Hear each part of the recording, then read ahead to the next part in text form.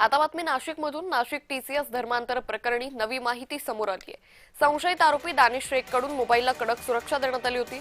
प्रत्येक फाईल आणि ॲपसाठी वेगवेगळे पासवर्ड होते. फेस आयडी आधारित सुरक्षा प्रणालीचा वापर करण्यात आला. तांत्रिक विश्लेषणात अडथळे आले. वैज्ञानिक प्रयोगशाळेची मदत घेण्यात आली. न्यायालयाची परवानगी घेऊन आरोपीला प्रयोगशाळेत नेलं. फेस आयडीच्या साहाय्यानं मोबाईल अनलॉक करण्यात आले. मोबाईलमधील माहितीवरून पुढील तपास सुरू असल्याची माहिती आहे.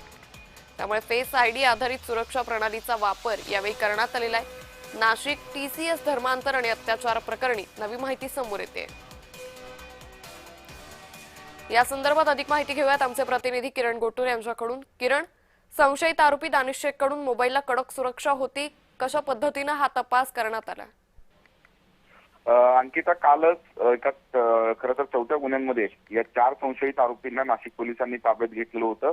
या 4ही संशयित आरोपींना 6 दिवसांची पोलीस कोठडी मिळालेली आहे आणि या आरोपींमध्ये दानिश शेख हा जो संशयित आरोपी आहे त्याच्या मोबाईलचा जो डाटा आहे तो रिकव्हर करण्याचा जो प्रयत्न आहे तो पोलिसांकडून केला जात होता. पण या मोबाईलला कडक पासवर्ड जो आहे तो दानिश शेखने हे टाकलेले होते. फेस पासवर्डचं सुद्धा त्यांनी जे आहे खरं तर या मोबाईलमध्ये अशा पद्धतीचं पासवर्ड वापरून त्याला सुरक्षित केलेले होते.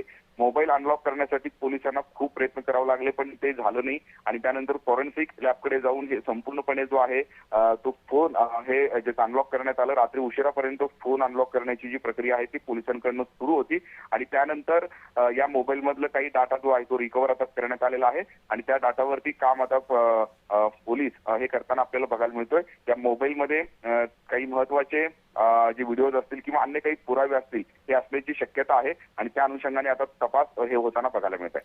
निश्चित. किरण, तुम्ही असेच जोडलेले राहा. आणखी एका बातमी संदर्भात तुमच्याकडून तपशील हवा आहे.